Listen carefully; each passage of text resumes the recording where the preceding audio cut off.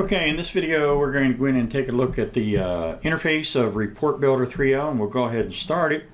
And I'm going to start it here by clicking my start icon down here, and then I can just type in Report Builder. And as you can see, it's right there. Let me exit out of that for a second. Or I can, because I've downloaded Report Builder separately and did the install, I can drill down here somewhere and find it. Yep. There's Report Builder 3.0, and we can fire it on up like that. If you notice here, it says Express. That really doesn't. I'm sorry, R2.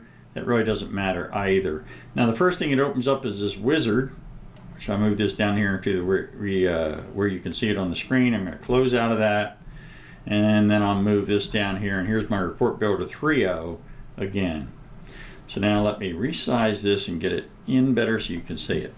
So now let's take a look at the interface down here. We open down here on the Home tab, and it's easier if I come over and show you the View tab to start with, so I can start clearing some of these things out. Now, Report Data is this section within here. And let me use one of my fancy dancy little gizmos up in here. So Report Data is actually up in here, and if I come down there and clear that on out and then come back in, now you see this Report Data option down here without the pop-up that was hiding it. All right, the ruler is right here. Obviously, if I clear that out, ruler's gone. Now, here's your grouping. Grouping is going to be important later on when we're coming in and we're creating reports, and we want to come down and we have a matrix up here so that we want to come in and we want to have row groups and column groups, etc. This is the design surface that I keep moving around in here, and you see it's pretty restricted, which, by the way, is one of the reasons you might want to come through and get rid of column grouping.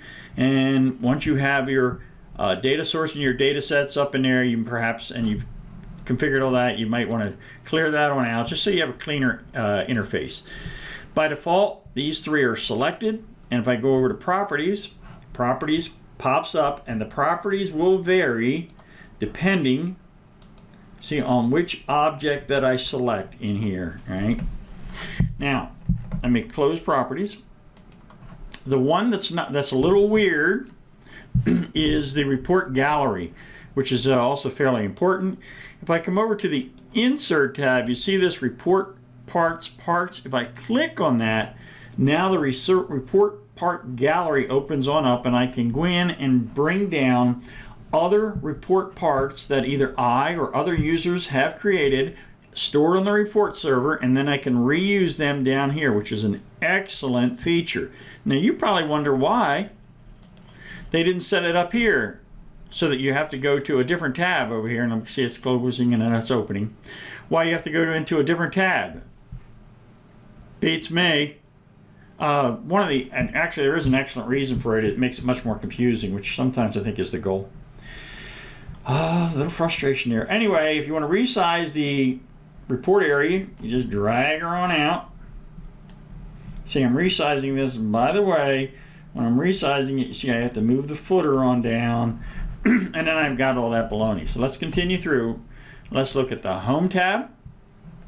Home tab gives me Run, which will come through, and that ran, and then back over to Design. All right. As you're making changes in Report Builder, every time you make a change of any substantial, let me clear this out. Anything that you think is substantial, or if in doubt, consider it substantial, then come through and run it, and go back over to Design. Life is much easier if you fix things in smaller increments. So now I'm down here in Run, and as you see, I still have these different options. Let's come back over to Design. All right. I'm sorry, I'm in Run right now. Now it's running right now. Now when I come back over to Design, I have these other options. So I could come through there and add something in. And the standard stuff, so I can go in here and select it. Come on, select. So I can go through and select it, and I can change whatever I want to do. You know, standard Word stuff, you can come in and set all that up. All right. Paragraphs, border, number, you're familiar with all that. I can merge, I can split. This is the standard document management things. And here's your clipboard, which is your standard clipboard. So you can copy things to the clipboard and then paste them on out. here's your Insert tab where you'll spend a lot of time. In the Insert tab, we create different objects. Here's my data regions, which means this object down here is going to hold data from this, from the data sets that I bring on in. So if I go down here and I pull down table, see I can either do a wizard or insert a table.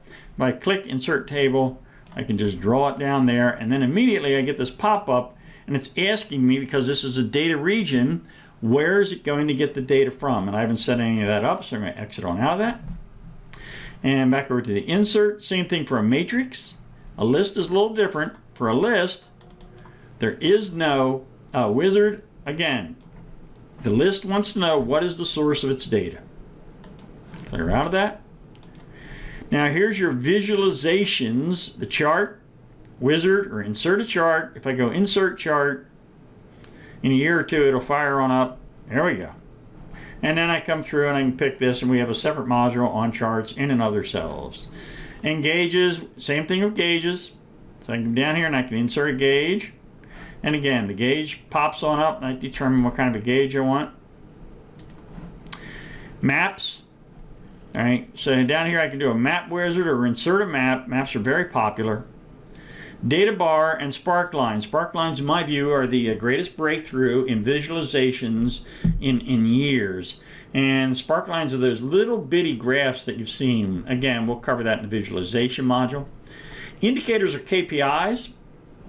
So if I come through, I can set these indicators on up. Right, and the different symbols I have, the bidirectional, etc. Different shapes, ratings, you see, so I can come back through and I can pick these on up. Again, it's going to want to know where do we get the data from. So I'll click one out of that.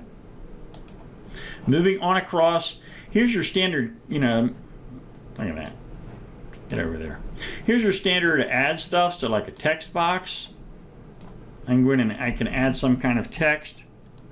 Ron, I guess I should do an ad. Mathino Group. All right, that's the company that provided the courseware. Yay, we love them, I own it. All right, anyway, insert. Back over an image. All right, I'd insert a picture of me, but then you'd all exit immediately.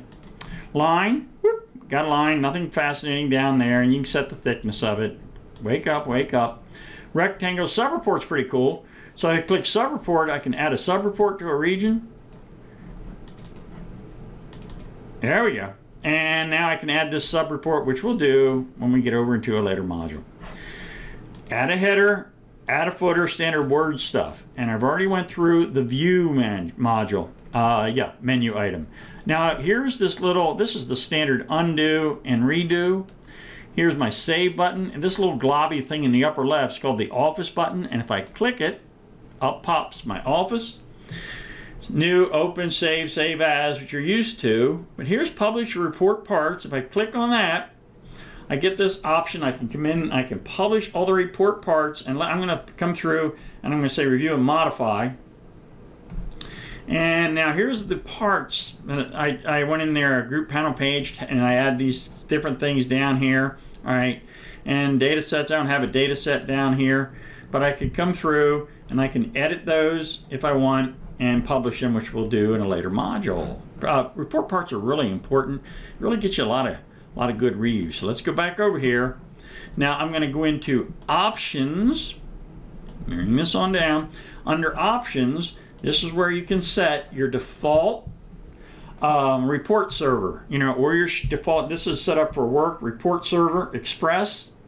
Right, and where I would save, my reports. I'd also, if I wanted to open a different site, I would paste it in here, or within a SharePoint site. This is where the document library would go. Right, you might want to consider that if you're integrated. I think it's a terrific way to go. And here's just your other features, and here we can clear the stuff out. You want to clear it? Yeah, it sounds fine to me. All right, and just the resources. Here's some help files. I guess I'll visit them someday. And that's your report builder interface. Now, by the way, let's watch. Go down here, and if I just exit report builder, do you want to save it? And it's going to ask me, and if I say yes, it's going to ask me for a name. And if you notice, it's pointed into that server that we saw. And I don't care about this, so I'm going to cancel on out of that and just close it and not save, and ta-da!